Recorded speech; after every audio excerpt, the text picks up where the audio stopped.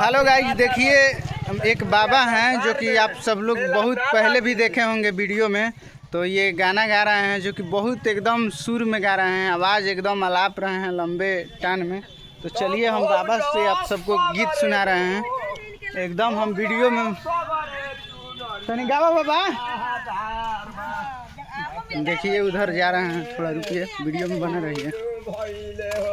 अरे तनी गावा तो बाबा, तनी गावा।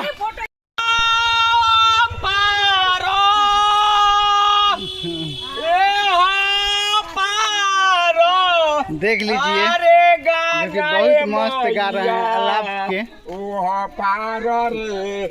जमुना जियो अरे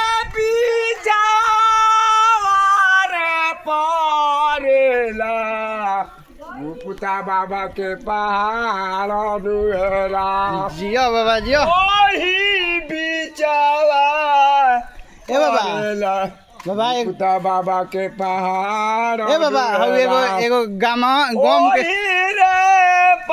गाइस बने रहिए वीडियो में। ए बाबा जलधार हो गईली कहनी कि एगो हम गावत रह बाबा, सुनाते नहीं कहीं। जलधार जाली ए बाबा तनी जाते जाते हम सिलवा लगा दो। हम सिलवा लगावत रह न। हाँ कौन दो गाना ना सिलवा लगावत रह। याद पर ओने कहाँ घूमत रह, कॉमेडी काहे करइले बड़ा। तनी गाओ, हमने गावा तनी। हाँ गावा गावा जियो बाबा।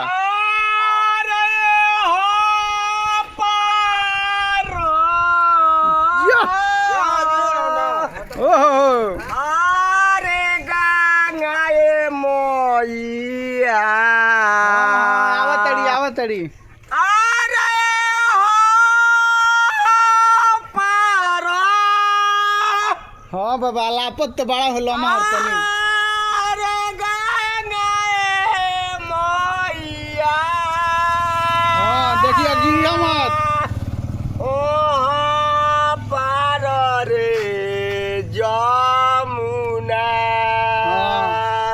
हाँ बाबा होदे गंगा जी आगुल बड़ी, देखो तन दिखाओ तनी। अरे तोहरा भी तोरिया ए गंगा मैया ओहो अरे बेली चमेली फूलावा ओहो अरे फूलावा रे लोढ़त मालिन भैया देवता पर चढ़ावेला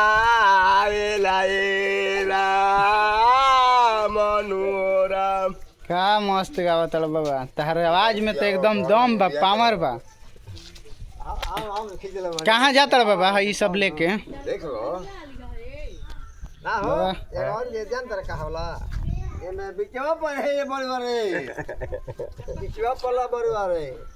तो चलिए आप सबको सुना दिए बाबा गाना ना बाबा। तनी वीडियो शेयर हो जाई न बाबा तो बढ़िया लगी कि ना। क दिन लागी एकदम बुझाई के पहाड़ है छुटुकिया पर टांग के एकदम सोनपुर मेला के एकदम अरारे पर। हाँ मामूली ह बिहार चैंपियन सोनपुर मेला हाँ वाह वाह वाह। आ पेड़ा खा के बखेड़ा ना बतियावल जाला। हाँ बाबा ई तो बात सही कहत रहो। हाँ पेड़ा खा के बखेड़ा ना बतियावल। बबुआ तनी खनी दिया हो तनी।